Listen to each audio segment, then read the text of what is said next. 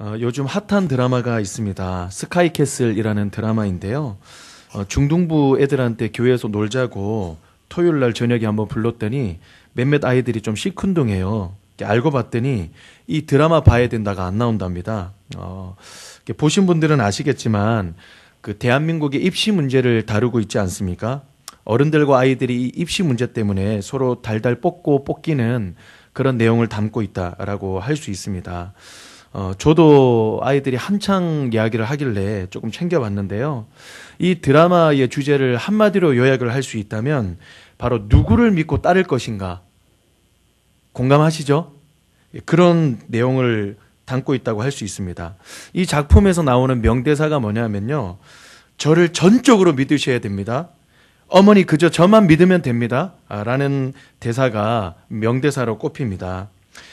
누군가를 믿었지만 결국 돌아오는 것은 실망이고, 그리고 그 사람에게 맡기면 다 될 줄 알았지만 더 큰 문제만 쌓이는 그런 현실을 잘 보여주고 있습니다. 여러분, 우리는 무엇을 믿고 따라가야 되겠습니까? 이 복잡한 세상에서 저를 전적으로 믿으셔야 합니다. 어머니 그저 저만 믿으면 됩니다. 라는 말만큼 우리에게 위로를 주고 그리고 안심을 주는 말이 어디 있겠습니까? 여러분, 우리는 무엇을 믿고 따라가야 될까요? 우리들에게는 전적으로 믿을 것이 있고 그리고 그것만 따라가면 된다라는 것이 있습니까? 오늘 우리에게 주신 말씀의 본문 13절은 이렇게 시작합니다. 여호와께서 여호수아에게 명령하신 대로, 오늘 말씀의 제목처럼 여호와께서 명령하신 대로입니다. 직역하면 여호와의 입을 따라 라고 할 수 있습니다. 이 표현은요, 구약 성경에서 한 24번 정도 똑같이 등장을 하는데요. 특별히 이스라엘의 정체성을 압축적으로 보여주는 사건이라고 할 수 있죠. 출애굽 사건 때나 그리고 광야 40년 동안 집중적으로 표현이 되는 단어입니다. 여러분, 우리는 무엇을 전적으로 믿어야 합니까? 바로 하나님의 말씀이죠. 우리는 그저 어떤 것을 믿고 따라가야 합니까? 하나님의 말씀입니다. 빌리 그레이엄 목사님이 이렇게 이야기를 했습니다. 그리스도인이 겪는 문제의 90%는 성경을 읽지 않기 때문이다. 하나님의 말씀이 없었을 때는 바로 혼돈과 공허가 지배하고 있었습니다. 그러나 말씀이 임했을 때 질서가 생기고 그리고 생명이 움트고 또 하나님이 보실 때 좋았습니다. 말씀으로 홍해를 가르시고 백성들을 지키시고 그리고 나라를 세우셨습니다. 그래서 우리 삶의 이 말씀의 절대성 그리고 말씀의 우선성, 하나님의 말씀을 절대적으로 믿고 하나님의 말씀을 가장 우선하는 그것이 우리의 삶의 승리의 핵심입니다. 그것을 오늘 본문의 갈렙을 통해서 잘 알 수 있지 않습니까? 이스라엘 군대가 가나안을 정복하고 땅을 분배를 할 때 85세 갈렙은 비옥하고 풍성한 땅을 요구하지 않았습니다. 바로 헤브론 산지를 구했습니다.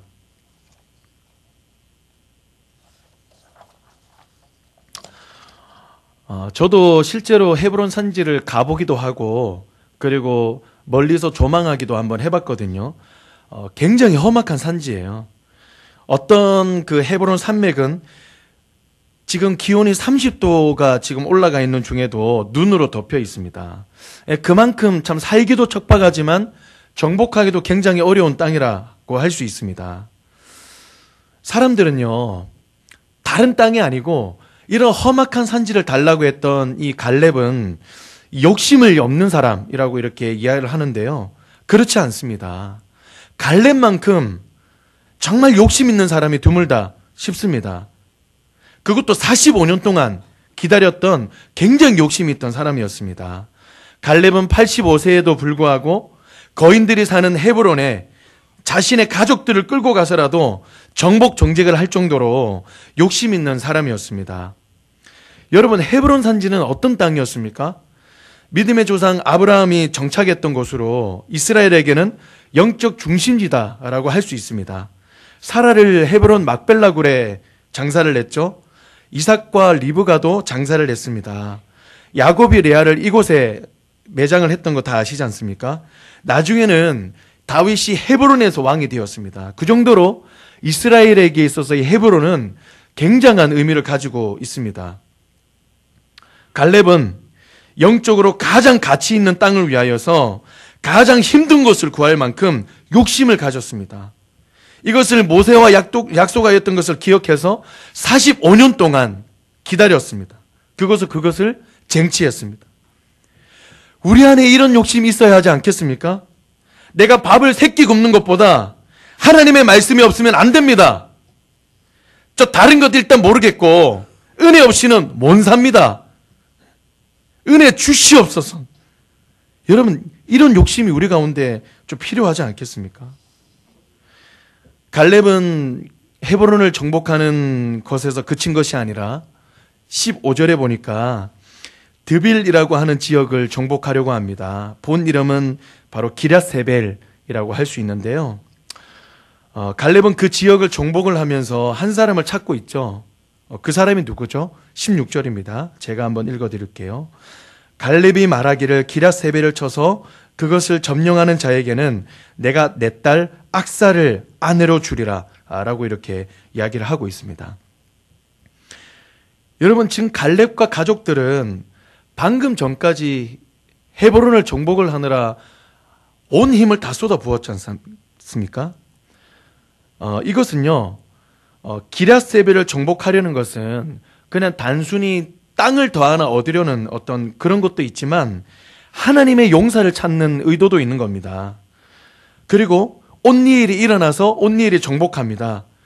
결국 여러분, 하나님의 사람 온니엘이 나타나는 그런 계기를 마련을 해줍니다. 그리고 결국 이 사람이 이스라엘의 가장 어려운 때 백성들을 구원하는 일대 사사가 여러분 되지 않습니까? 그게 바로 온니엘입니다. 지난 한 주 동안 태국 선교를 다녀왔는데요. 25명 중에 중학생 한 15명 정도가 함께 동참을 했습니다. 오전, 오후를 나누어서 한 5학교를 다니면서, 그리고 마지막 날은 이제 마을을 다니면서 전도를 함께 했는데요. 학생들이 어떨 때는 막 한 500명 가까운 초등학생, 유치원생 앞에 서서 막 찬양도 하고, 그리고 플룻도 막 이렇게 부르고, 막 댄스 이런 것들 하고, 그리고 태권도, 스킷 드라마 이런 것도 보여주면서 또 이렇게 복음도 전하고 이렇게 이야기를 복음을 전했습니다. 태국 복음화율이 한 0.5% 정도 된다고 하더라고요. 그런데요, 신기한 것은 우리의 마음을 정말 쳤던 것은 이것입니다. 어디를 가든지 아이들이 넘쳐납니다. 또 그들에게 우리들이 복음을 전하지 않았겠습니까? 막 그들에게 막 복음을 전하는데 가슴이 막 뜨거워지는 거예요. 공연을 하고 복음을 전하는 우리들도 사실 이 한 사람을 찾아다니는 거죠. 주님, 구원을 주시기로 작정된 자는 다 믿더라 하였는데 이 한 사람이라도, 우리의 공연을 보고 복음을 듣는 이 한 사람이라도 이 복음 듣고 깨어지게 하여 주옵소서. 이 교회를 갔는데요, 놀라운 것은 어른들이 많이 보이지 않았습니다. 중요한 것은 태국에 있는 다음 세대들이 모여가지고 너무나 아름답게 찬양하고 기도하고 있더라고요. 그래서 우리 아침에 나눴던 그 키투지 내용 중에서 우리들에게 주신 기업은 무엇일까? 라고 얘기하다가 막 여러 사람들이 나누는데 바로 이 다음 세대가 기업이다 라는 결론에 이르렀습니다. 이 태국 땅에 주신 기업이 바로 이 다음 세대인 것처럼 제가 이 태국 선교에 동참한 우리 학생들을 보면서요, 이 우리 교회와 우리 한국 땅에 주신 너무나 귀한 기업은 이 다음 세대다라는 것을 확신하게 되었습니다. 여러분, 하나님은 이 한 사람을 찾으십니다. 바로 이 한 사람은 다음 세대입니다. 우리 주일학교 학생들을 위해서 기도해 주십시오. 예수교육센터가 잘 건립될 수 있도록 여러분 기도해 주십시오. 그리고 그곳에서 이 한 사람이 길러질 수 있도록 여러분 함께 기도해 주십시오. 다음 세대가 이 말씀의 절대성과 그리고 말씀의 우선성, 이 말씀에 욕심낼 때 하늘이 두 쪽 나고 땅이 꺼져도 우리에게는 소망이 있을 줄로 믿습니다. 마지막 18절, 19절은 악사가 갈렙에게 구하는 내용입니다. 고대 근동에서는요, 여자들에게 그 전통적으로 재산이 상속되지 않습니다. 그리고 잘 구하지도 않습니다. 이 악사는 이 아버지에게 나아가서 땅을 구하려고 가다가 이 샘까지도 구하고 있습니다. 어떤 학자는 이것이 결혼 지참금으로 구했다라고 이야기를 하고 있지만 대부분의 학자들은 이것은 일반적인 것이 아니다라고 이야기를 하고 있습니다. 갈렙은요, 네겝이라는 지역으로 악사를 시집을 보내잖아요. 이 네겝이라고 하는 이름 자체가 마른 땅이라는 뜻을 가지고 있습니다.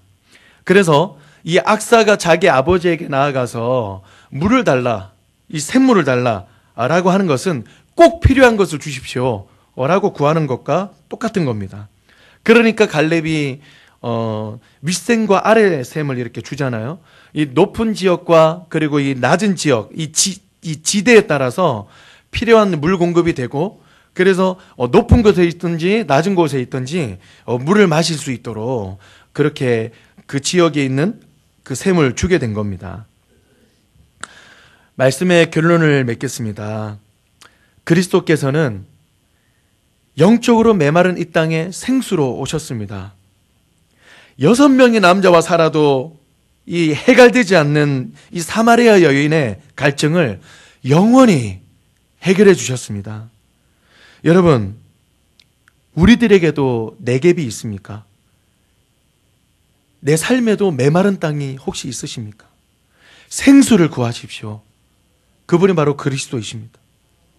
오늘 우리들이 걸어가야 하는 길이 메마른 땅입니까?